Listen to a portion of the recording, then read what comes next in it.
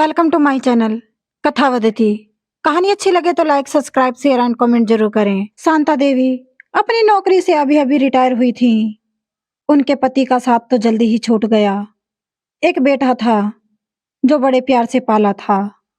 अपनी माँ को बहुत प्रेम करता था। वह कहीं भी जाता, किसी के साथ भी जाता, लेकिन अपनी माँ को बता कर जाता।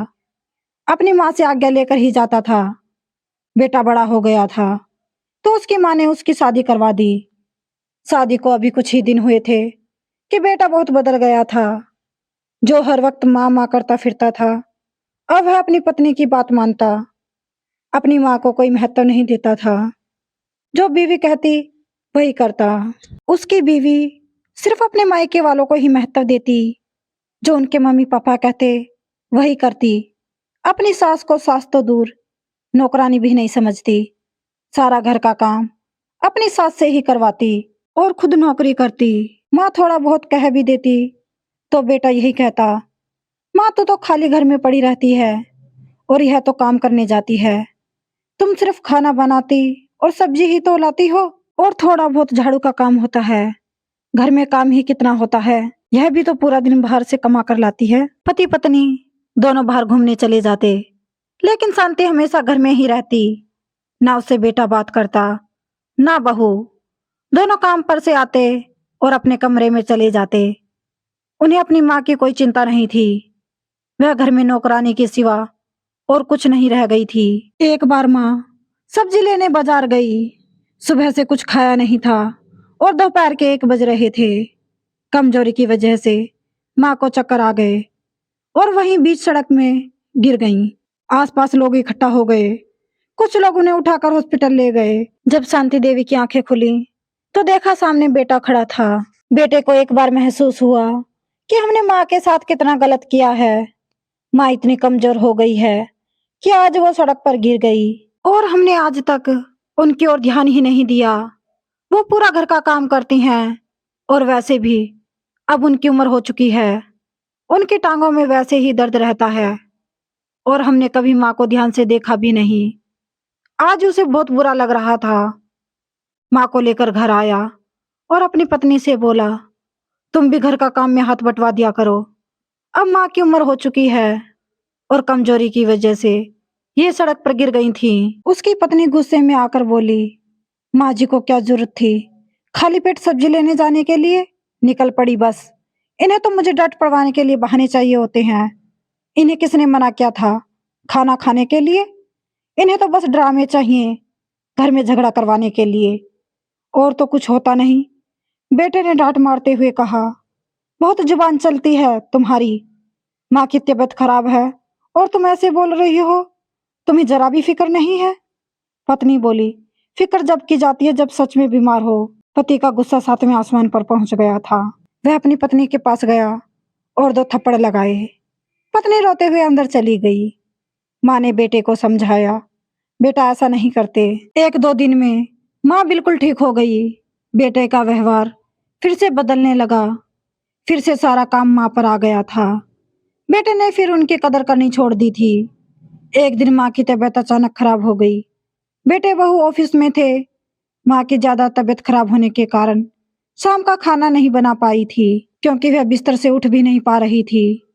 शाम को बेटा और बहू आए तो उन्हें देखा कि घर का सारा काम ऐसे ही फैला हुआ है। बहू ने देखते ही सास को बाहर से ही चिल्लाकर आवाज दी। सास बाहर नहीं गई तो बेटा और बहू उनके कमरे में चले गए। देखा तो सास अपने बिस्तर पर सो रही थी। बहू ने जाकर उन्हें झकझोर दिया और बहुत कुछ उल्टा सीधा कहने लगी। बेटा चुप था, आंखों में आंसू आ गए। मैं कुछ बोली नहीं, लेकिन मन ही मन बहुत कुछ चल रहा था। उस रात बेटे बहू ने खाना बनाकर खा लिया और माँ जी को पूछा तक नहीं। उस रात माँ रोते रोते सोच रही थी कि मेरी परवरिश में क्या कमी रह गई जो मेरा बेटा आज मेरे साथ नहीं है। अब पानी सर से ऊपर जा चुका था, इसलिए उसे अब फैसला लेना था कि यह सब मैं कब तक सहूंगी। अब माँ का सब्र का बांध टूट चुका था। उसने सुबह अपने बेटे और बहू को अपने कमरे में बुलाया और कहा, 5 दिन में मुझे घर खाली चाहिए। तुम कहीं भी रहो, किराए के मकान में रहो या होटल में, मुझे कोई फर्क नहीं पड़ता, लेकिन मुझे 5 दिन बाद घर खाली चाहिए। यह सब सुनकर बेटा और बहू एकदम दंग रह गए। दोनों एक दूसरे के मुंह ताकने लगे। बेटा बोला, क्या कह रही हो माँ? आखिर मैं तुम्हारा इकलौता बेटा हूँ। तुम्हारे बुढ़ापे में तुम्हारा सहारा कौन बनेगा? माँ बोली, वाह बेटा वाह, तुम कौन सा सुख मुझे अब दे रहे हो जो बुढ़ापे में दोगे? अब तो तुम्हारी बीवी से मेरा कुछ कहना भी गवारा नहीं। मैं एक शब्द बोलती हूँ, तुम 2 सुना देते हो। जो आज सेवा नहीं कर रही वह कल क्या करेगी? और मैं अभी इतनी बूढ़ी नहीं हुई हूँ कि अपना पेट न भर सकूं। और रही बात मेरे कमाने की, जिस कमरे को तुम छोड़कर जाओगे उसे किराए पर दे दूंगी। उससे मेरा खर्च आराम से चल जाएगा और तुम मेरी चिंता ना करो। बेटा उन्हें मनाने की कोशिश करता रहा, लेकिन माँ नहीं मानी। धीरे धीरे 4 दिन भी बीत गए। 5वें दिन सुबह फिर माँ ने कहा, आज आखिरी दिन है और तुम्हारा सामान निकाल लेना। मैंने नए किराएदार रख लिए हैं, वह आज शाम को अपना सामान लेकर आते ही होंगे। अब बेटे ने अपना सामान लिया और होटल में रहने चला गया। कुछ दिन बाद उन्हें कमरा भी मिल गया। ऐसे करके दिन बीतते गए और कुछ साल बाद माँ की मृत्यु हो गई। अब बेटे ने सोचा कि वह घर तो हमारा ही है और माँ भी नहीं रही। जब बेटा वहां गया तो देखा कि वहां पर अनाथालय वाले उस घर को नीलाम कर रहे थे। उसने जाकर पूछा तो पता चला कि उसकी माँ मरने से पहले यह घर अनाथालय को दान कर गई थी। अब क्या था, अब बहुत देर हो चुकी थी। बेटे के हाथ से घर जा चुका था और उसे किराए के घर पे ही रहना पड़ा। दोस्तों, कभी अपनी माँ को कमजोर मत समझो। वह जितना प्यार कर सकती है, इतना गुस्सा भी माँ को भगवान से भी बड़ा माना जाता है। अगर तुम उनकी कदर नहीं करते तो तुम भगवान की कितनी भी पूजा कर लो, सफल नहीं हो सकते। माँ के कदमों में जन्नत होती है। अगर तुम उनका अपमान करोगे तो नरक के सिवा कुछ नहीं मिलेगा।